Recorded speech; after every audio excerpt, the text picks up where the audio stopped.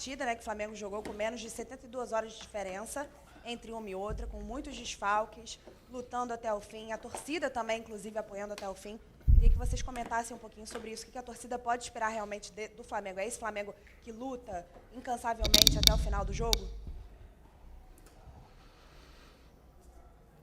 Boa noite. Ele trouxe aí da conjuntura do jogo que está falando, né, um volume muito grande de finalizações. O Walter fez um grande jogo. Acho que foram 11 finalizações no gol, ele teve participação efetiva. Um volume estabelecido, um volume criado, com uma série de adversidades. Eu não vou falar a respeito do calendário, porque eu já me reportei anteriormente, eu vou ser repetitivo, né? E que ele teve, sim, a busca até o momento final, com substituições importantes, e às vezes tendo a necessidade do jogo, vou me prolongar um pouquinho, porque o jogo se apresentou, botou 3 zagueiros, nós temos 2 pivôs, 2 jogadores de área, porque eles ficaram muito baixos. E aí tu tem a condição de abrir o campo e a necessidade de fazer substituições dos meninos também, que de alguma forma tu precisava taticamente fazer uma mudança para criar as oportunidades que nós tivemos. Então fica aqui o respaldo em relação ao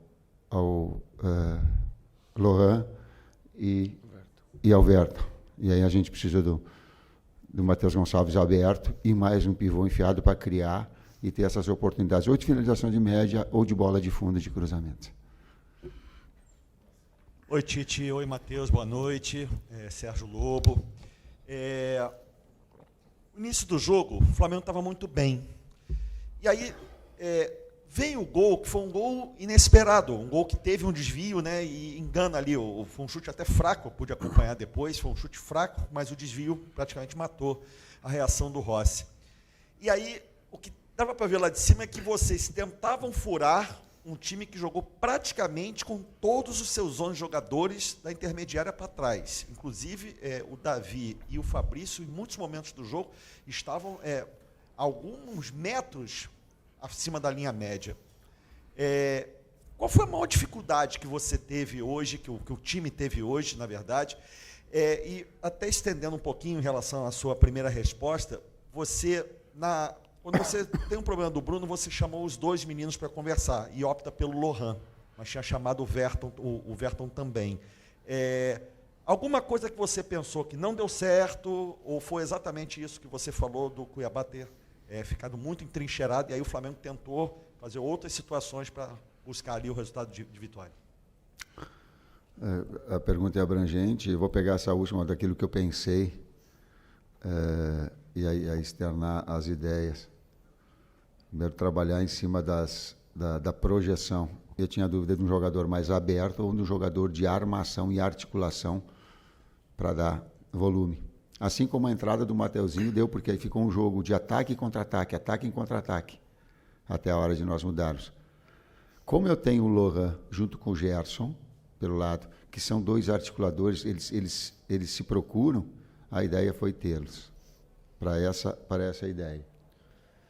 Depois no início do jogo, a gente montou uma estratégia para tentar furar. A gente sabia da qualidade do bloco médio-baixo deles, uma equipe que marca num 4-1-4-1 muito compacto no eixo central, dão os lados, mas a gente tem que fazer a bola chegar rápido para poder fazer o movimento no último terço, que foi até como a gente criou uma situação antes de ter tomado o gol.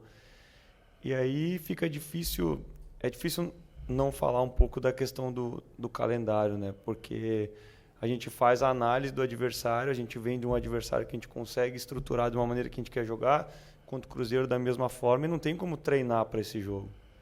É tu botar no vídeo e tentar fazer com que as coisas cheguem na hora e aconteça. Aí quando tu toma o gol com 5 minutos, mais a coordenação fina do atleta que vai se perdendo com o 3º jogo seguido, menos de 72 horas, não dando desculpa, porque a gente sabia o que a gente tinha que fazer, a gente procurou fazer, conseguiu fazer em alguns momentos, mas não conseguiu manter essa estabilidade, essa regularidade de condições de botar a gente na cara do gol, de ter uma finalização mais precisa, de ter uma finalização mais limpa. E é um time muito bem treinado defensivamente. Mais limpa, sim. Mais precisa, não.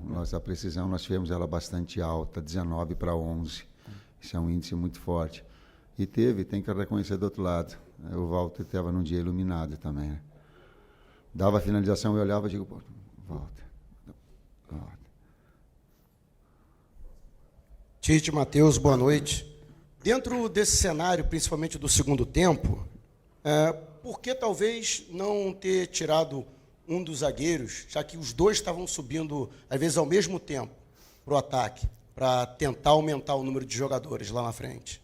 Porque tinha 2 pivôs, já que nós colocamos dentro da área, e tu fazer um jogador que sai de trás para ficar lá na frente, aí tu fica vulnerável. E nós tivemos um contra-ataque, aí tu dá para o adversário aquilo que ele queria em transição de velocidade. Então, bota um outro pivô mais e deixa uma equipe equilibrada. Boa noite, professor Tite. Boa noite, Matheus. Bruno Castanha. Segundo tempo muito melhor do Flamengo na nossa avaliação, mas o primeiro tempo o Flamengo tentava pressionar uma bola mais longa e perdia muita segunda bola. A maioria das bolas ficavam com o Cuiabá. Isso se dá o quê? Concentração, posicionamento, uma parte tática, desgaste. Como é que você avalia esse primeiro tempo que melhorou muito no segundo tempo? Nesse contexto todo.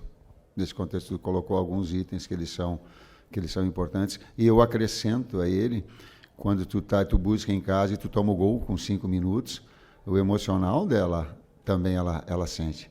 Tanto é que eu cheguei no intervalo e digo, vai construir, calma. O próximo lance é o mais importante. Né? Vai nessa construção, vai nessa busca, mas ela não pode ser circunstancial, ela não pode ser... ela tem que ser pensada, ela tem que ser articulada. Por isso, inclusive, das substituições que a gente fez, né? Esses componentes todos, falei antes da finesse, do detalhe técnico, de cada um, de um bom domínio, de um bom passe, né? De abrir o campo, como a gente abriu. Então, tu vê alguns fatores que influenciaram.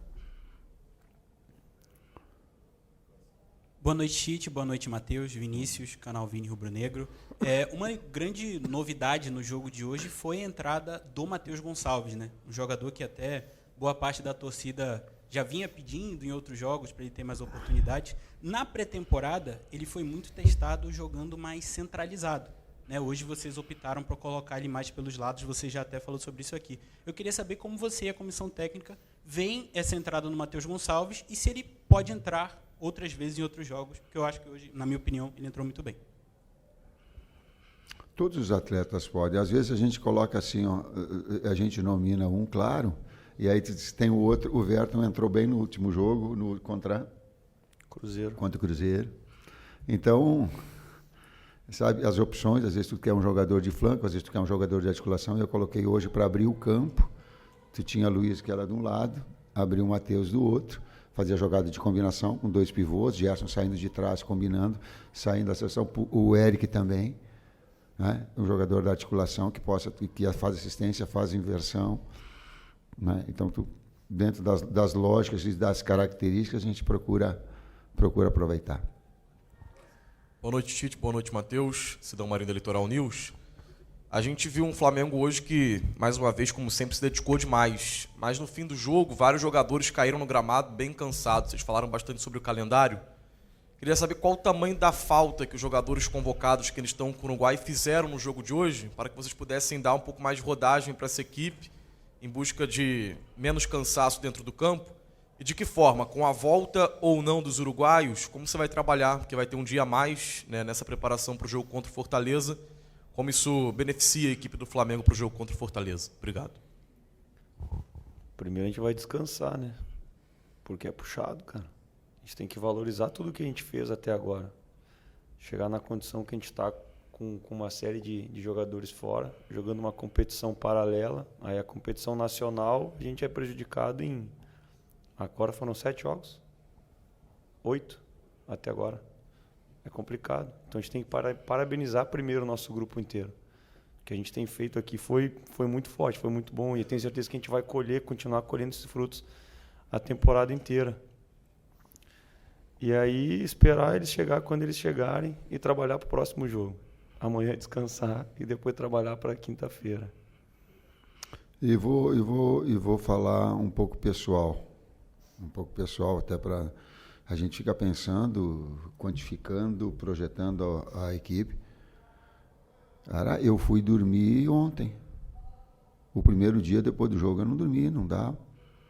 E aí a energia, ela te consome, tu não tem um tempo de recuperação. Eu não sei, eu não estou afirmando. Agora, eu tenho muitas dúvidas se o BH estando limpo, ele não consegue sair do contato e não machucar. Eu não estou dizendo que foi, mas estou dizendo que eu não sei. Por quê? Porque quando há jogos excessivamente, tá, a propensão de um atleta a machucar, ela é muito maior. E fica aqui um registro também. Se o sindicato dos atletas colocou que 66 horas é o tempo para estar, o sindicato está errado também. Porque ele não está dando o devido tempo. Eu também estou colocando na condicional. Ele está dando prerrogativa para o atleta se machucar. Eu não sei se o BH, em função disso, possa ter influenciado e ia ter se machucado. Professor Matheus, as últimas duas aqui. Boa noite, Tite. Boa noite, Matheus. Léo José, do Coluna do Fla. No começo da Copa América, o Lohan, ele começou 2, 3 partidas seguidas, sendo o, vamos dizer assim, substituto do Arrascaeta, fazendo a função do Arrascaeta ali no meio de campo. Só que nos últimos jogos ele vem perdendo espaço e no jogo de hoje ele entrou no decorrer da partida e saiu. O que está faltando, assim, em termos de dentro de campo, que o Lohan não está entregando para ele poder ir perdendo espaço, vamos dizer assim? Maturidade, tempo jogado. Isso só se consegue jogando. E treino. E treino. Treino. E treino. No momento que o cara tem uma semana inteira para trabalhar, a gente orientar como faz a pressão, como é que ele vai construir, como é que vai fazer, é mais fácil. Aí fica nessa loucura de jogos um atrás da outra, treina, joga, recupera, joga, recupera. E um garoto de 17 que fez 18 anos agora, assim como a equipe inteira em momentos oscila, vai oscilar também. Exato. E a gente tem que entender esse processo e fazer com que ele retome ao nível que ele estava antes. Última pergunta da coletiva. Boa noite, professor Tite, Matheus. Sou Bruno Vilafranca, da Rede Multiflá. Eu estava assistindo o jogo ali também da beira do campo, que não é a melhor das visões para a gente poder acompanhar como vocês ali. E estava com a sensação, não sei se vocês da lateral viram dessa forma também, de que quando o Flamengo, que joga muito pelos lados do campo, tinha a subida do Wesley ou do Luiz Araújo pelo lado direito, Ayrton Lucas e o Bruno Henrique pelo lado esquerdo, o Cuiabá estava dobrando demais aquela marcação ali, atrapalhando essas subidas que tem sido uma arma muito forte do Flamengo, o jogo pelos lados do campo, que são jogadores muito velozes e agudos. Então eu queria saber se o senhor entendeu dessa forma também e se no intervalo, já que o Flamengo melhorou bastante, o que o senhor tentou fazer para justamente dar opção para esses jogadores que eles costumam ajudar demais. Obrigado. Uma parte eu respondo quando a gente colocou daí o BH, que não tinha os dois jogadores de flanco, a gente tentou um jogador de flutuação para ter mais bola, ter mais posse. Naquele momento não sincronizou, não coordenou. E aí fica também um reconhecimento ao Gerson. Às vezes os caras chamam ele de coringa, é muito difícil tu executar 2, 3 funções dentro do campo, da necessidade, até para os poucos atletas que a gente, assim, de opção, de maior estofo, colocar aí Gerson lado, que é a preferência dele, é o que mais joga, ele tem o chip do externo, do lado direito. Aí tu tem a necessidade, daqui a pouco, trabalhar do lado esquerdo, trabalhar no centro. Então, o quanto o capitão da equipe também ele tem uma predisposição em relação ao que é melhor para a equipe. A gente pergunta para ele, mesmo sabendo que ele não, dentro do jogo, executar essas 2, 3 funções para a gente organizar a equipe, fica aqui esse registro. Fundamentalmente é o seguinte, quando tu tem um jogador de articulação do lado, tu tem mais posse. Quando tu tem 2 agudos, tu tem mais verticalidade. Uma hora o jogo te pede uma coisa, outra hora pede outra. E a hora que botou 3 zagueiros, precisava 2 pivôs. E agradecer a torcida. A torcida, a gente tomou gol cedo e apoiou e ajudou o jogo inteiro. Sim. Ajudou até o final e vibrou com a gente quando a gente fez o gol. Sim. E a gente precisa. A gente sim, precisou até agora, querida, vai sim, precisar no próximo sim. jogo e ajudou bastante quem estava lá dentro e sim, nosso trabalho também. Sim, até o final do jogo, sim. Depois, mas o carinho, sim, do torcedor, tem sido parece que cada dia mais ele abraça essa mobilização, às vezes até faltando um pouquinho de coordenação, mas uma equipe que ela não se entrega ou ela não admite até o seu minuto final. Esse aspecto orgulhoso dela, competitivo dela, ela vai até o final. Ela não negocia esse tipo de comportamento. Esse é o termo, esse comportamento. Mesmo que às vezes não esteja na sua melhor condição. Ela não negocia esse comportamento. Por isso, sim, o agradecimento. Muito obrigado, professor. Obrigado, Matheus. Boa noite a todos.